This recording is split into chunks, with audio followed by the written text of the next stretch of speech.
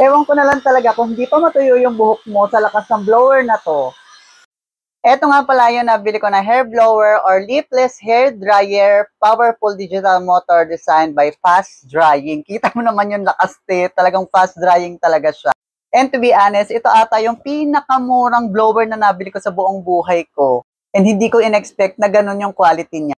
Nakakatuwa dito kasi talagang complete package na siya. So ganito yung laman niya, ganito pala yung laman niya kapag bumili kayo. Ayan, meron na siyang mini blower and hindi siya kasing laki ng mga blower natin. And ang nakakatuwa dito, kung marunong kayong tumingin ng mga blower, dapat po ganyan po kakapal yung kanyang mga wiring para siguradong hindi po siya madaling masira at pumutok. And yan, as you can see, sa sobrang mura niya, hindi ako makapaniwala na ganito yung quality din ng wiring nila. So ayan, ganyan siya.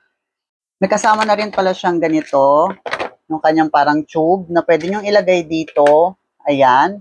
So kung gusto nyo ng normal na blow dry, ayan, pwede siya. Then pwede rin naman yung katulad kanina. Napakadali nito kasi magnetic lang siya. So hindi mo na kailangan kung iikutin mo ba siya pa kanan o iikutin mo pa kaliwa. Madali lang siyang idikit. Ayan. So magnetic yung kanyang tube. And meron din pala siyang kasamang holder na pwede nyong isabit dito yung mga wire niya and din yung blower. Ayan, katulad niyan. So, dinidikit lang din siya. Hindi nyo na kailangan ng screw. Grabe, di ba? Napakadali niya lang gamitin. Dikit mo lang to sa pader, tapos may sasabit mo na siya. Pwede ito sa mga bathroom ninyo. So, ayan, may kasama rin siyang manual. Siyempre, very important, lalo na sa mga first-time user. And ang box kabog, hindi mukhang mumurahin. So, pakita ko na sa inyo. Ito pala yung kanyang on-off. Tapos, meron siya dito kung gusto nyo na patataasin yung init or pwede rin naman siyang malamig. Tapos, ito naman yung kanyang volume na 1, 2, 3. So, pwede mo rin siyang hinaan. Depende kung ano yung gusto mong lakas. And yun nga, meron din siyang cold and dry. My God, ang galing niya. Ipakita ko lang sa inyo yung difference ng 1, 2, 3 niyang volume. So, ayan. Pakita ko sa inyo yung volume number 1.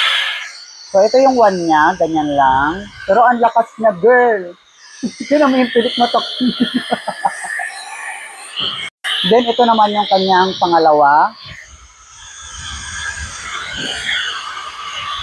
Kita nyo, grabe. And ito naman yung number 3.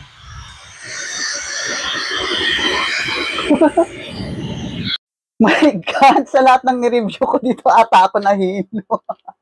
Wala na akong dapat pampatunayan sa inyo. Nakita niyo yung lakas niya. Sobrang worth it bilhin. Ayoko na siya munang buksan na itapat sa mukha ko. Mukhang lilipa rin ang mga pilikmatak pati ang bibig ko.